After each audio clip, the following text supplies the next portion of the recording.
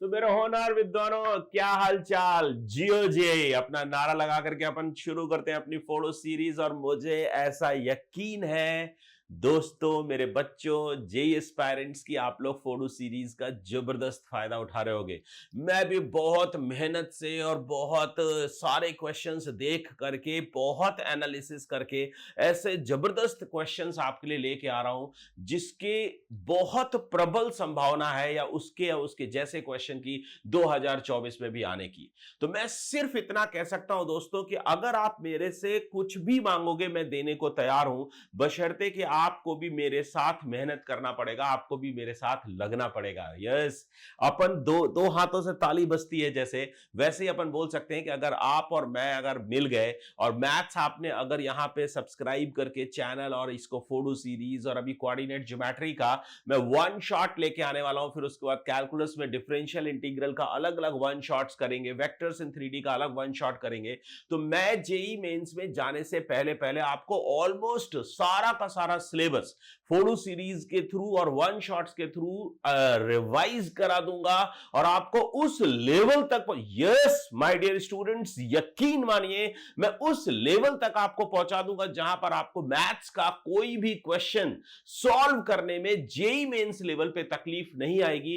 तो जो बच्चे बहुत निराश हैं, मैथ्स को लेकर के बहुत परेशान हैं और यहां वहां पता नहीं कहां कहां भटक रहे हैं, उनको कहीं जाने की जरूरत नहीं है दोस्तों। एक क्रैश कोर्स भी बहुत कम प्राइस पे मैंने स्टार्ट किया, आपको पता है 1 दिसंबर से स्टार्ट हो रहा है, जिसका लिंक डिस्क्रिप्शन बॉक्स पे होगा।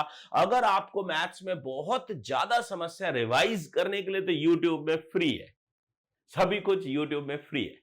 और अगर फिर भी आपकी समस्या थोड़ी सी ज्यादा है, थेरेटिकली आप काफी वीक है, तो उस केस में वो क्रैश कोर्स मात्र 499 का है, उसको ज्वाइन कर लो और मान लो एक छोटी सी पार्टी कर ली और वो पार्टी लाइफ में आपको इंजीनियर और आईआईटीएन या एनआईटीएन बनने से की खुशी में कर ली है। मतलब अपन पहले सेलेक्ट होते हैं, बाद में पार्टी करते हैं, यहां पे आप पार्टी पहले कर लो क्रैश कोर्स ज्वाइन करके और बाद में सिलेक्ट हो जाएंगे, दावा है मेरा, राइट। तो अपन स्टार्ट करते हैं। नेक्स्ट क्वेश्चन लेकर के आया हूं दोस्तों, ये बहुत बहुत बहुत इंपॉर्टेंट क्वेश्चन है।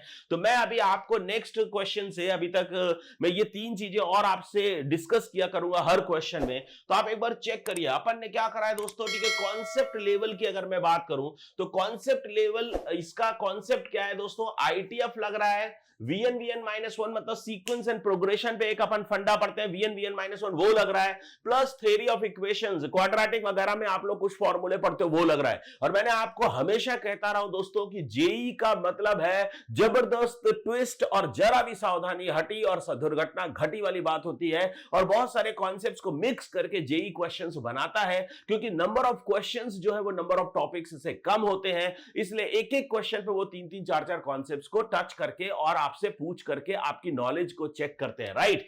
तो यहां पर देखो दोस्तों, कॉन्सेप्ट में 3-3 कॉन्सेप्ट लग रहा है, जबरदस्त जेई एडवांस्ड में आया हुआ क्वेश्चन है, बहुत जबरदस्त प्रॉब्लम है। अपन यू फोड़ेंगे, यू फोड़ेंगे अपन 2 मिनट के अंदर, राइट। अब इंपॉर्टेंट लेवल क्या है देखिए, very high importance level, very high है। मेरा एक बहुत पसंदीदा क्वेश्चन है ये, और ये मैं पिछले 23 सालों में कई बार देख चुका हूं कि रिपीटेडली एग्जाम्स में आता है, बहुत सारे बार ये रिपीट हो चुका है। इसी तरह के क्वेश्चंस खूब सारे एग्जाम्स में पूछे जाते हैं, जेई में पूछे जाते हैं। तो अगर मैं आपसे बोलूं ये एडवांस्ड के लिए भी एक अच्छा क्वेश्चन बनता है। टिप्स की अगर मैं बात करूं तो उस केस में देखो, कभी भी समझिएगा ध्यान से, सबसे पहले देखो, अगर tan इनवर्स के साथ, आप ध्यान दीजिएगा, अगर tan इनवर्स के साथ, अगर ये tan इनवर्स है, tan इनवर्स के साथ सिग्मा लगा हुआ है और आईटीएफ टॉपिक का क्वेश्चन है, मतलब अगर tan इनवर्स में साइन इनवर्स कॉस इनवर्स की बात नहीं कर रहा हूं, अगर आईटीएफ में tan इनवर्स यूज कर रहा है सिग्मा के साथ, तो ये कॉन्सेप्ट लगेगा, तो ये टिप लगेगी। और टिप क्या बोलती है, चेक करिएगा टिप्स में क्या है। अगर tan इनवर्स के अंदर जो भी tan इनवर्स के अंदर रखा है उसको 1 plus product of 2 terms T1 T2 product of 2 terms में डिवाइड करते हैं या ब्रेक करते हैं या रिप्रेजेंट करते हैं। मेरे भाइयों, मेरे दोस्तों, सुनना ध्यान से कि भाई अगर tan इनवर्स के अंदर ये जो भी ब्रैकेट के अंदर रखा है, इसको दिल और दिमाग पे बिठा लेना दोस्तों, मोटा मोटा आइडिया इसका। tan इनवर्स के अंदर जो भी रखा है उसमें जो डिनोमिनेटर है उसको 1 plus product of two terms में स्प्लिट करते हैं। फिर से बोलता हूं, tan इनवर्स के अंदर जो भी टर्म रखा है उसके डिनोमिनेटर को 1 plus product of two terms में स्प्लिट करते हैं, लाइक 1 प्लस t1 t2, और जिसमें जिन दो टर्म्स के प्रोडक्ट में आप स्प्लिट करोगे उसी का डिफरेंस न्यूमरेटर में बनाते हैं। लाइक अगर 1 प्लस ए बी है तो b माइनस ए या a माइनस बी बनना चाहिए। तो अगर अपन tan इनवर्स के अंदर t2 minus t1 upon 1 plus t1 t2 बना देते हैं तो आंखों में चमक, तो वहां से अपने को tan inverse t2 minus tan inverse t1 का फॉर्मूला लगाने का मौका मिल जाता है, और वहां से दोस्तों vn माइनस 1 जो मेथड है वो लगाने का मौका मिल जाता है, और वहां से क्वेश्चन को फोड़ने का मौका मिल जाता है। तो ये अपनी कहानी है दोस्तों इस तरह के क्वेश्चन को सॉल्व करने के लिए। तो यहां पर देखो क्वेश्चन सॉल्व करने के लिए क्या कर सकते हैं, सबसे पहले tan इनवर्स, इसके बाद मैंने आपको टिप्स में क्या बताया दोस्तों कि जो भी ब्रैकेट के अंदर है उसके डिनोमिनेटर को 1 plus product of two terms t1 t2 के फॉर्म में लिखते हैं। तो ये जो r टू द पावर 4 है, यहां पर इसको फैक्टराइज करते हैं, ये सब थ्योरी ऑफ इक्वेशंस में पढ़ाया जाता है। तो अगर मैं आपसे बोलूं कि भाई r to the power 4 plus r square plus 1, इसको आप लिख सकते हो r square plus r plus 1 into r square minus r plus 1, ऐसे दो फैक्टर्स में इसको स्प्लिट किया जा सकता है। इसको अपन स्प्लिट करते हैं r to the power 4 plus r square plus 1, ये रटा होता है एक्चुअली, अगर आपको नहीं रटा हुआ है तो आप ध्यान से देख लीजिए। तो इसको लिखते हैं r square plus r plus 1 into r square minus r plus 1, right. तो इसको स्प्लिट कर देते हैं, तो यहां से आ जाएगा दोस्तों r square plus r plus 1, पहला टर्म जिसको आप बोल सकते हो t1, दूसरा टर्म है दोस्तों r square minus r plus 1, ये दूसरा टर्म आ गया। क्लियर। तो अब अपन बड़े आसानी से, अब आप ये चेक कर लीजिए कि अगर मैं इसको t1 बोल दूं और इसको t2 बोल दूं और न्यूमरेटर में मैं लिखना चाहता हूं t1 माइनस t2, तो r square plus r plus 1, this is your t1, minus r square minus r plus 1, this is your t2। तो क्या इन दोनों का डिफरेंस 2r है?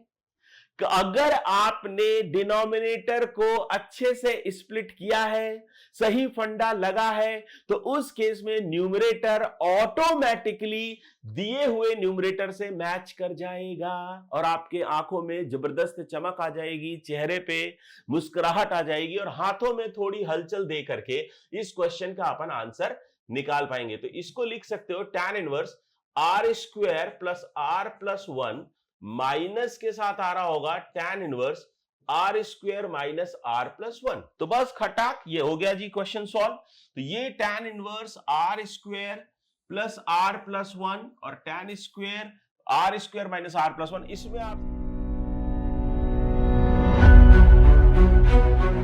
सो डियर स्टूडेंट्स, अपन इसको अगर सॉल्व करना चाहें तो अपन सॉल्यूशन इसका देख सकते हैं, मैंने आपके लिए पहले से सॉल्व कर रखा है, तो आप एक बार चेक कर लीजिए। ये अपने पास जो tan inverse r square plus r plus 1 minus tan inverse r square minus r plus 1 आ रहा है, इसके आगे जब आप सॉल्व करोगे तो बस इसमें सिग्मा के अंदर उठा करके इसी को आपने दो टर्म्स में स्प्लिट कर दिया, इसीलिए इस मेथड को vn माइनस 1 मेथड बोला जाता है, राइट। तो अब अपन आगे अगर बात करें तो sigma r equals to 1 to n आप इसमें उठा करके पुट कर दीजिए, या आपने t2 माइनस t1, यहाँ पे दो टर्म जिसको vn माइनस 1 मेथड बोलते हैं उसमें अपन ने स्प्लिट कर दिया। अब आप r equals to 1 to n put करते जाइए, तो जब आप r इक्वल टू 1 पुट करोगे तो tan inverse 3 minus tan inverse r equal to 1 रखा तो tan inverse 1 plus r equals to 2 रखिए तो 2 रखेंगे तो tan इनवर्स 7, और यहां पर 2 रखेंगे तो दोस्तों कितना आ जाएगा भाई tan इनवर्स 3। तो ये जो tan इनवर्स 3 है दोस्तों, ये जो tan इनवर्स 3 है, ये tan इनवर्स 3 और ये tan इनवर्स 3 आपस में कैंसिल हो रहा है। क्या बात है, फर्स्ट टर्म का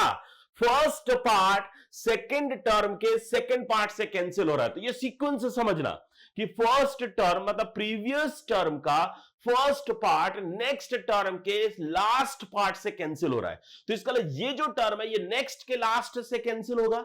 ऐसे करते करते जो लास्ट टर्म आएगा, लास्ट टर्म का जो लास्ट पार्ट है वो कैंसिल हो जाएगा। उसके बाद जो बचेगा वो अपने पास फर्स्ट का तो फर्स्ट बचेगा, भाई फर्स्ट का तो सेकंड पार्ट बचेगा और लास्ट का फर्स्ट पार्ट बचेगा। और ये याद भी रखिए कॉम्प्लीमेंट्री बचते हैं।